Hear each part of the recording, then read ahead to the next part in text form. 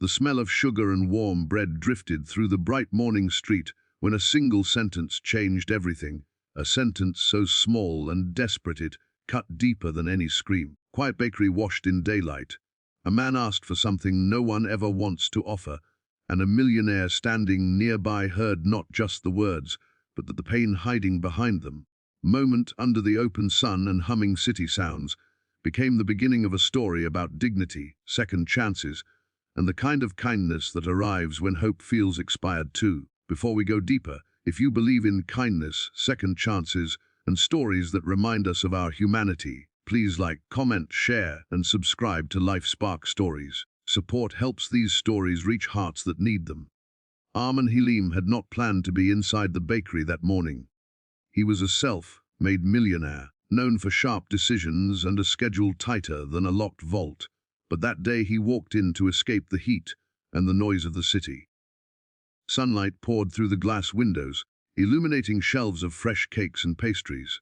As he waited, his attention drifted to a man near the counter, a thin figure named Rafiq Noor, whose clothes were clean but worn thin by time and struggle.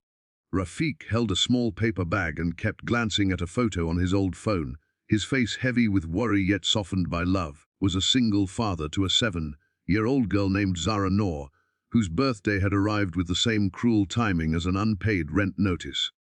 Zara had been sick for months, dangerously, but enough to drain every saved coin. Rafiq worked day labor under the sun, loading trucks, cleaning construction sites, never complaining, always believing tomorrow would be kinder. But that morning, with daylight blazing and his pockets nearly empty, he stood asking the bakery staff if there was any cake they planned to throw away, something expired but still sweet enough to make a child smile. He did not beg loudly, he did not cry, simply asked, and in that calm request was a quiet collapse of pride. The bakery fell awkwardly silent. Some customers looked away uncomfortable, others judged. Arman watched closely. He saw the trembling hands, the sunburned skin, the eyes that refused to look down even while asking for less than nothing. In that moment, Arman remembered his own childhood, selling tea on the roadside with his mother after his father died, celebrating birthdays with a single candle stuck into dry bread. The memory hit him like heat against glass, sudden and unavoidable. Rafiq left the bakery with nothing, walking into the bright street as if carrying invisible weight. Arman followed him outside, the day alive with traffic and voices, yet strangely still.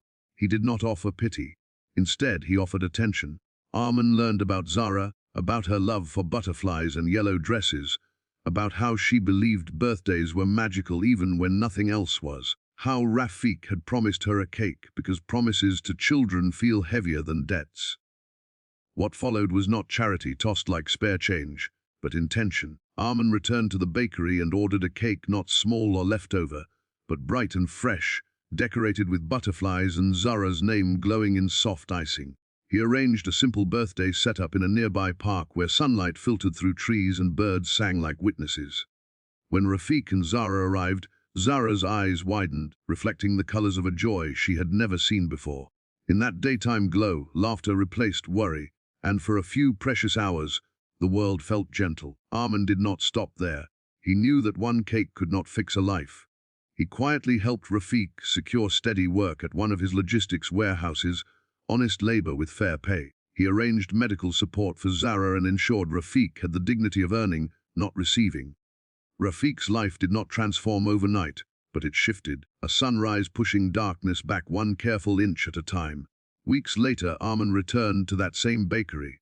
The street looked the same, sunlit and busy, but he felt changed. He understood that wealth meant little if it never paused to listen. The most powerful thing he had done was not writing a check, hearing a father's quiet request and choosing not to ignore it. If this story touched your heart even a little, please take a moment to like, share, and support Life Spark Stories, because every engagement helps spread kindness further than we can imagine. And before this story ends, I humbly ask you to comment below with one word that describes how this story made you feel.